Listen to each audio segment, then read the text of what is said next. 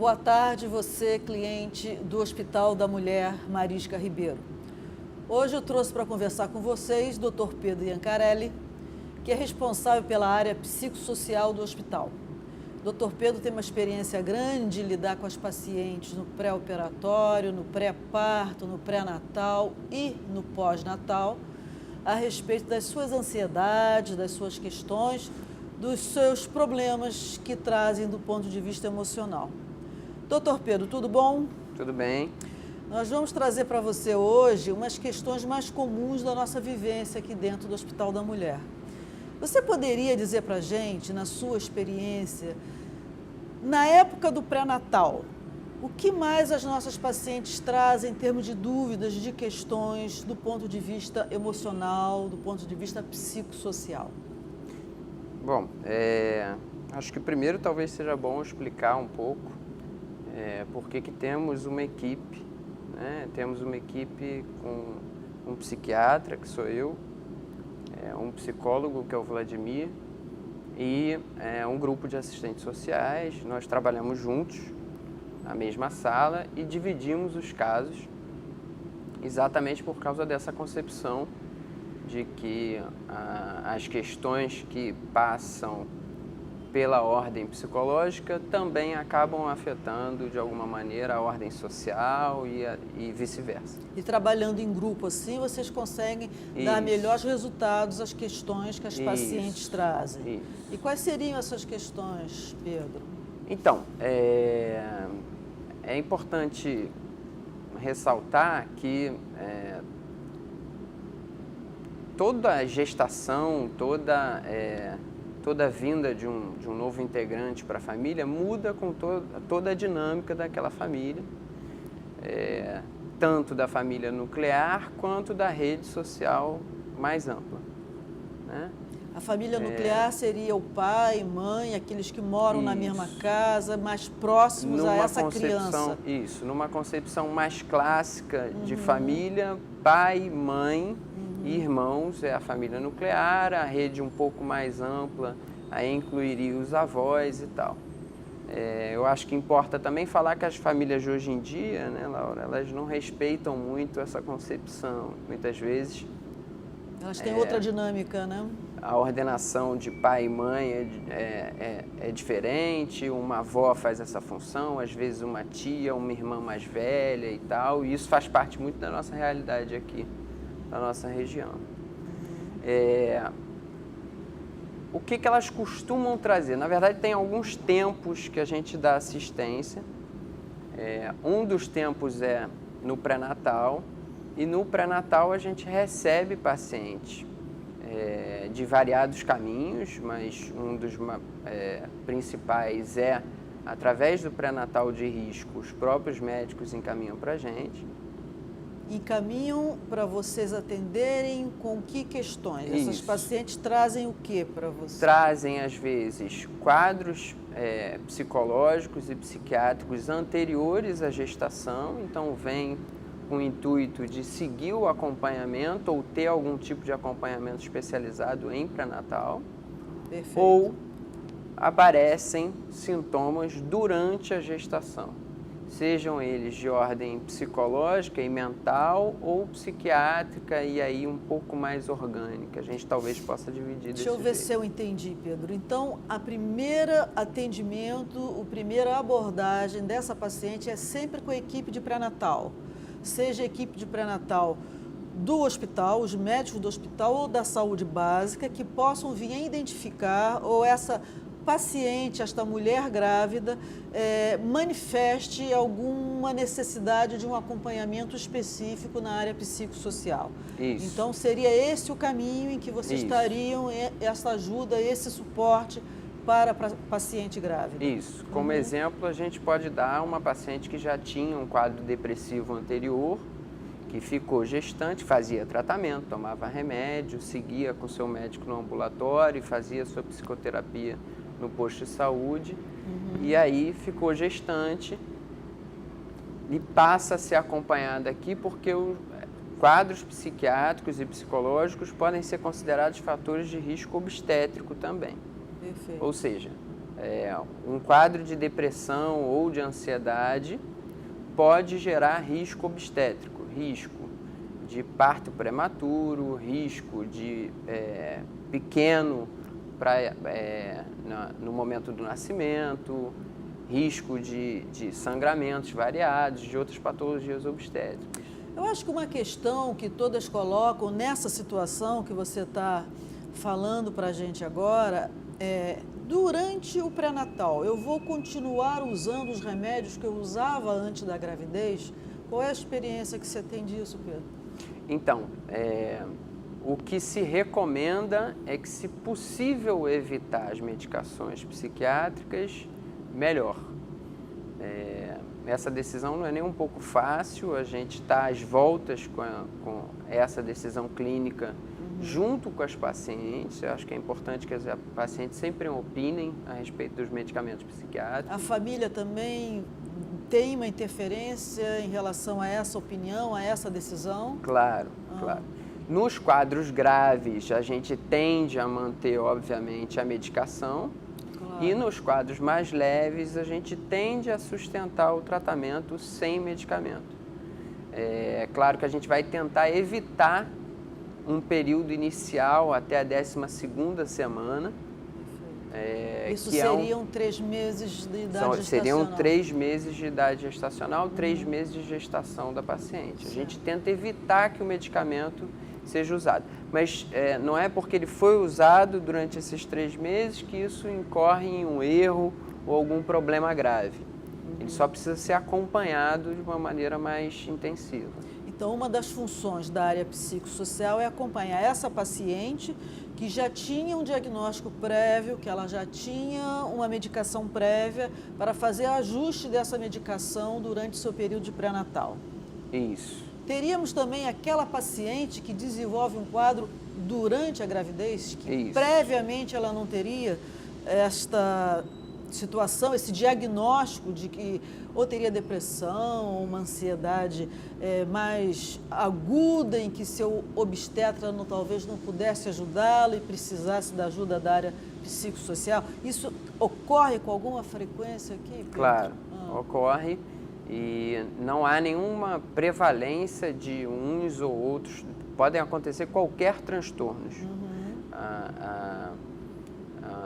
Isso inclui tanto os transtornos de humor bipolar, quanto os transtornos depressivos, quadros mais graves, psicóticos, aparecimentos talvez de esquizofrenia nesse período, quanto quadros de toque, quadros de somatização, quadros variados dentro da esfera psíquica. Isso pode iniciar durante a gravidez. Pode iniciar durante a gestação. E isso pode ser controlado, tratado, para que a gravidez tenha um bom resultado. Exatamente. Perfeito. Exato. Eu não sei se cabe aqui perguntar, Pedro, como estaria a situação da usuária de drogas ilegais? Ou seja, o mesmo álcool ou alguma outra substância, esse tipo de paciente também nós temos um percentual em tratamento, em acompanhamento aqui? Temos um percentual grande que faz tratamento conosco. Temos, obviamente, a possibilidade de acompanhá-la da mesma maneira, usando medicamento, caso seja necessário, propondo períodos de abstinência maiores ou menores, dependendo, obviamente, da singularidade do caso. Além do acompanhamento psicoterápico e de uma certa compreensão social de toda a rede, tentando buscar e amarrar de novo a rede social dela, familiar, tentando fazer com que isso se torne algo produtivo a partir do tratamento. Para que isso gere uma gravidez mais tranquila e um nascimento também sem maiores desdobramentos. De uma forma geral, Laura, a nossa ideia no tratamento psicossocial é preventiva, é evitar com que complicações obstétricas aconteçam e atenuar as angústias de uma maneira mais global e aproximar a rede social das pacientes. Isso tanto para as pacientes com transtornos relacionados ao uso de substâncias, quanto para qualquer outro diagnóstico da psiquiatria. Eu acho muito importante essa identificação e essa explanação. E eu lhe pergunto, Pedro, a família costuma estar envolvida, você costuma chamar a família também para participar dessa abordagem psicossocial para essa paciente que tem essas necessidades? Sim, a gente procura sempre convidar o pai, a gente acha que o pai é fundamental nesse momento, dado uma estrutura familiar clássica, com pai, mãe e irmãos, né? Quando o pai faz parte da família e faz função de pai, a gente tenta chamar, incluí-lo, solicitar o suporte dele, né, esse momento. E, se necessário, obviamente, a gente vai eleger a pessoa que for mais adequada para fazer essa função de acompanhamento ou apoio nesse momento mais crítico aí, psíquico. Eu acho que a palavra é essa, apoio, né? Em uma situação de transição da gravidez ao parto. Bom, chegamos ao parto. E dentro da experiência de atender a paciente já internada, que já teve o neném, o que você tem para trazer e dizer para a gente, Pedro? Então, o parto é um momento, por si só, pode ser considerado uma crise psíquica, né? É um momento em que a transição efetivamente ocorre no real, né? Na esfera da realidade. Esse momento é um momento que traz muita angústia, tanto anterior quanto no próprio momento, e algumas questões podem vir a aparecer logo depois do parto. Uma delas chama disforia pós-parto. O que seria uma disforia pós-parto? Disforia pós-parto é uma alteração no humor nas pacientes. Em geral, se configura como uma espécie de depressão leve, um pouco de choro, um pouco de angústia, uma certa dificuldade para fazer as coisas, um certo desânimo e tal. E ele costuma acontecer logo depois do parto, até mais ou menos o 12º dia.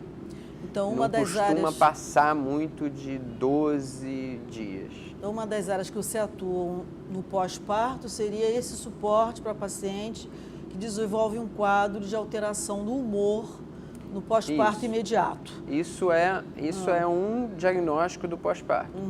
O outro é a depressão, e a disforia e a depressão são dois diagnósticos diferentes. A depressão ela vem um pouquinho depois, ela costuma vir a partir da 2ª, 3ª semana depois do parto. E se caracteriza? E que é um quadro com as mesmas características, só que de forma moderada e grave. Esse sim precisa de intervenção, muitas vezes precisa de intervenção medicamentosa, não só para a própria qualidade psíquica da paciente, mas como para o cuidado com o bebê. Agora a gente deixa de olhar para a paciente de forma integral, mas passa a olhar ela como cuidadora do bebê também. Claro. Excepcionalmente, esses quadros são muito graves e demandam intervenções maiores, internações, retiradas temporárias do cuidado do bebê, mas elas são temporárias. No momento que a mãe estiver melhor, obviamente ela pode voltar a cuidar do bebê. Seriam quadros raros. Raros. Que não acontecem todo dia, né? E o último diagnóstico do puerpério, que é esse período depois do parto, é a psicose puerperal, essa sim bem mais grave. Também rara? Também muito rara. Costuma acontecer de forma bem rara, bem esporádica.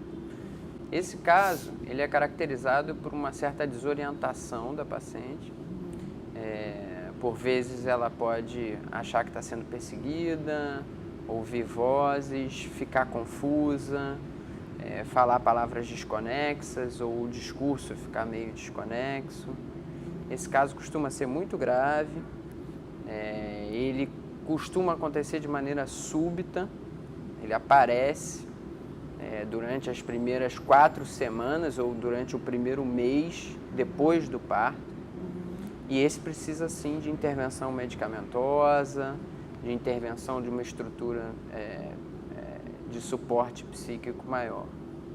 Interessante isso tudo que o Dr. Pedro está trazendo para a gente, que é importante deixar claro que o Hospital da Mulher Mariska Ribeiro oferece às suas pacientes este suporte psicossocial, que muitas vezes as famílias estão em crise e a gente pode ajudar na crise dessas famílias, na crise dessas pacientes, na área emocional.